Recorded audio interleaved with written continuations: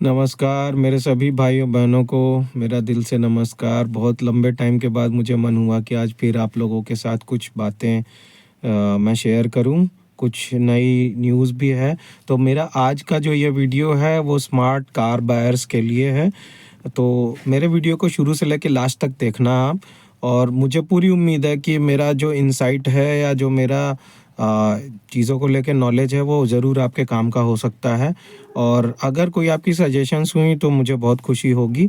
मैं आपके सजेशंस पर भी बहुत सीरियसली काम करूँगा। और उम्मीद करता हूँ कि मेरा वीडियो आपको पसंद आएगा। तो चलिए शुरू करते हैं अपना वीडियो। तो सबसे पहले ये एक खबर आ रही है कि जो पहला दिन था, जिस दिन टाटा सिएरा लॉन्च हुई, तो टाटा सिएरा की लॉन्चिंग के पहले दिन ही 70,000 से ज़्यादा बुकिंग हुई है उसके ऊपर। तो ये तो हम जानते हैं कि Tata Sierra is the new talk of the town और सब लोग उसी के बारे में बात कर रहे हैं। सबको होड़ मची हुई है, मतलब टाटा के शोरूम्स में भीड़ लगी हुई है और सब लोग कह रहे हैं कि बस टाटा सिएरा चाहिए। अच्छी खबर ये भी एक आई है कि नवंबर की जो सेल्स रिपोर्ट है, उसमें नवंबर की सेल्स रिपोर्ट के अंदर सबसे जो हाईएस्ट सेलिंग कार है वो टाटा नेक्सॉन रही। ये बहुत अच्छी बात है कि टाटा नेक्सॉन और टाटा पंच जैसी गाड़ियाँ बहुत अच्छा परफॉर्म कर रही हैं। और ये इंडियन कार ब्रांड्स है, हम लोग बहुत प्राउड हैं इस बारे में। और भी प्राउड हो जाएंगे अगर ये और अच्छे स्मूथ और बढ़िया माइलेज देने वाले इंजन्स बनाते रहें, ताकि जो एक्सपीरियंस है, राइडिंग एक्सपीरियंस और इम्प्रूव हो और उसके साथ साथ अच्छा माइलेज भी मिले, लो रनिंग कॉस्ट पे गाड़ियाँ चलें। तो ये और भी अच्छी खबर है। अब जो मुद्दे की बात है जी, जो अभी तक मैं नहीं बता रहा था, आप लोग को लग रहा होगा अननेसेसरी ये वीडियो लंबा खींच रहे हैं, वो अब मैं बताता हूँ कि वो क्या है। तो जो सबसे यहाँ पे इंटरेस्टिंग टॉपिक है जिस पर मैं सबका ध्यान डालना चाहता हूँ वो ये कि जब आप सिएरा की बात कर रहे हैं तो यहाँ पर वो सारी गाड़ियाँ जो बहुत अच्छी हैं इग्नोर हो जा रही हैं, जो कि सेम प्राइस पॉइंट में, मतलब सिएरा वाले ही स्लैब में आती हैं। सिएरा के बहुत सारे मिड और हाई वेरिएंट जो हैं वो उन गाड़ियों के मिड वेरिएंट या हाई वेरिएंट मिल जाएंगे उतने प्राइस में। तो मैं आप सही समझ रहे हैं, अगर किसी ने गैस किया हो तो वो बिल्कुल सही है कि जो इसमें टाटा की जो सफारी है वो आ सकती है, जिसमें कि उसके मिड वेरिएंट आ जाएंगे बड़े आराम से। तो टाटा सफारी जो है वो 7 सीटर है। तो अगर कोई भी इंसान ये सोच रहा हो कि मैं टाटा सिएरा ले लेता हूँ, तो be very clear, Tata Sierra is a 5 seater. आप अगर टाटा सिएरा का टॉप वेरिएंट ना लेकर के अगर आप टाटा सफारी का मिड वेरिएंट ले लें, वो आपके लिए ज़्यादा बेटर चॉइस हो सकती है। तो यहाँ पर वो लोग जो कि सिर्फ पंप एंड शो में बह नहीं जा रहे हैं, जो थोड़ा वाइजली डिसीजन लेते हैं, उनके लिए टाटा सिएरा की जगह टाटा सफारी ज़्यादा अच्छी चॉइस हो सकती है। तो मैं इस पर ध्यान डालना चाहता हूँ कि एक बार टाटा सफारी पर ध्यान दीजिएगा, क्योंकि जहाँ तक मुझे पता चला है कुछ लोगों से, और ऐसा मेरा अंदाज़ा भी है कि आने वाले टाइम में टाटा सफारी के ऊपर बहुत अच्छे ऑफ़र चलेंगे। जैसे कि शुरू में उतना ज़्यादा नेक्सॉन नहीं बिक रही थी, लेकिन अब बहुत बिकने लगी है। तो इस तरह की बहुत सारी चीज़ें टाटा सफारी पर भी चलेंगी। तो मुझे लगता है कि टाटा सिएरा से ज़्यादा इस वक्त जो स्मार्ट बायर्स हैं उनको टाटा सफारी पे ध्यान देने की ज़रूरत है। दूसरा ये कि जो कैफ़े 3 नॉर्म्स हैं वो बड़े ही स्ट्रिक्टली गवर्नमेंट ला सकती है, जिसमें कि जो हैचबैक कार्स हैं उनके ऊपर थोड़ी स्ट्रिक्ट रेगुलेशंस हो सकती हैं। हालांकि इस पर ऐसा इसलिए अनुमान हो रहा है क्योंकि जो दूसरी कार से जो हैचबैक पे ज़्यादा सेल नहीं करती हैं, मेनली आप सभी जानते हैं कि मारुति सुजुकी ही है जो सबसे ज़्यादा हैचबैक सेल करती है।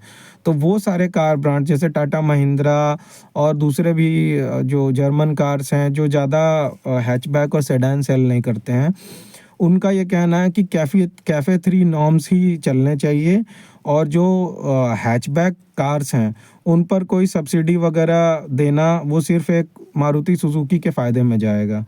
तो अगर गवर्नमेंट उनकी बातों में आई और उसने स्मॉल कार्स पर सब्सिडी नहीं दिया, तो फिर हो सकता है कि हैचबैक कार्स का फ्यूचर जो है वो डार्क हो जाए और हैचबैक कार्स बंद हो जाएं। लेकिन इंडिया के लिए और जो मैक्सिमम पॉपुलेशन इंडिया की मिडिल क्लास और लोअर मिडिल क्लास सेगमेंट से बिलोंग करती है। उनके लिए बेटर जो ऑप्शन होता है वो हमेशा हैचबैक या सेडान ही होता है, वो उससे ज़्यादा अफोर्ड भी नहीं कर पाते हैं। तो मुझे ये लगता है कि ये ऐसा होना नहीं चाहिए।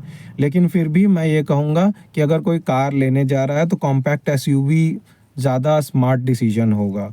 अगर छोटे भी मतलब छोटी फैमिली के लोग हैं और बहुत ज़्यादा परचेजिंग पावर नहीं है, तो पंच जैसी गाड़ियाँ अच्छी होंगी, पंच हो गई, एक्स्टर हो गई, इस तरह की गाड़ियाँ आप लें तो वो फ्यूचर में भी उस पर कोई किसी तरह का बैन नहीं होगा और वो प्रोडक्शन में रहेंगी, उसके पार्ट्स भी मिलते रहेंगे।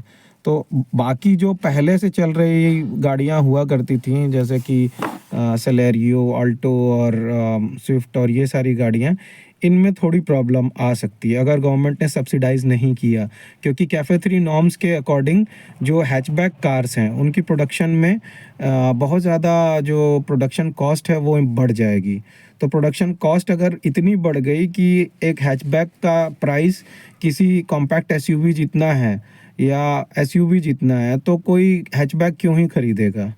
और ऑब्वियसली वो बहुत जो लोअर मिडिल क्लास के लोग हैं, उन लोअर मिडिल क्लास फैमिलीज़ के बजट के भी बाहर चला जाएगा। तो इसलिए मेरा ये कहना है कि थोड़ा ध्यान देने की ज़रूरत है और ज़रूर आने वाले टाइम में बहुत सारे चेंजेस होने वाले हैं।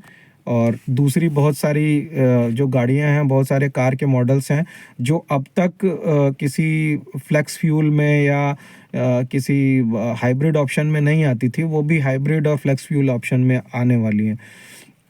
तो ये बहुत तेज़ी से जो है ऑटोमोबाइल सेक्टर चेंज होता चला जा रहा है। लेकिन ये टाटा सिएरा और टाटा सफारी वाला जो मैटर मैंने बताया, ये बहुत ही काम की चीज़ है।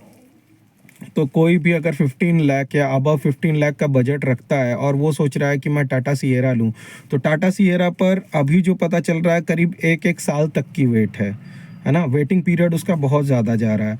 तो अगर आप ये चाहते हैं कि एक अच्छी कार मिल जाए, बहुत ज़्यादा जो मतलब हाइप है उसमें फँसना ना पड़े, ईज़िली आपको डिलीवर हो जाए, तो टाटा सफारी बहुत अच्छा ऑप्शन है, अगर टाटा ही पर्टिकुलरली लेना है तो। अदरवाइज़ तो एक्सयूवी 700 का भी फेसलिफ्ट आ रहा है, एक्सयूवी 7XO, तो वो भी एक अच्छी कार हो सकती है। जो जितना ज़्यादा वेट करेगा उसको उतना ही अपडेटेड और बढ़िया जो है ऑप्शन मिल सकता है। लेकिन जो वेट नहीं करना चाहता है उसके लिए भी अच्छे ऑप्शंस अवेलेबल हैं, ऐसा नहीं है कि मतलब ऑप्शंस नहीं है। तो ये चीज़ें हैं और इस बारे में आप लोगों की क्या राय है मुझे बताइएगा। आपके कमेंट्स बहुत मुझे इंस्पायर करते हैं कि और भी अच्छा मैं कंटेंट बनाऊं और ज़्यादा से ज़्यादा आप लोग का सपोर्ट मिले तो और भी अच्छे वीडियोस बना पाऊंगा। तो थैंक यू वेरी मच मेरे साथ जुड़े रहने के लिए। मिलते हैं अगले किसी वीडियो में, तब तक के लिए thank you very much. Have a nice day. वंदे मातरम। जय हिंद।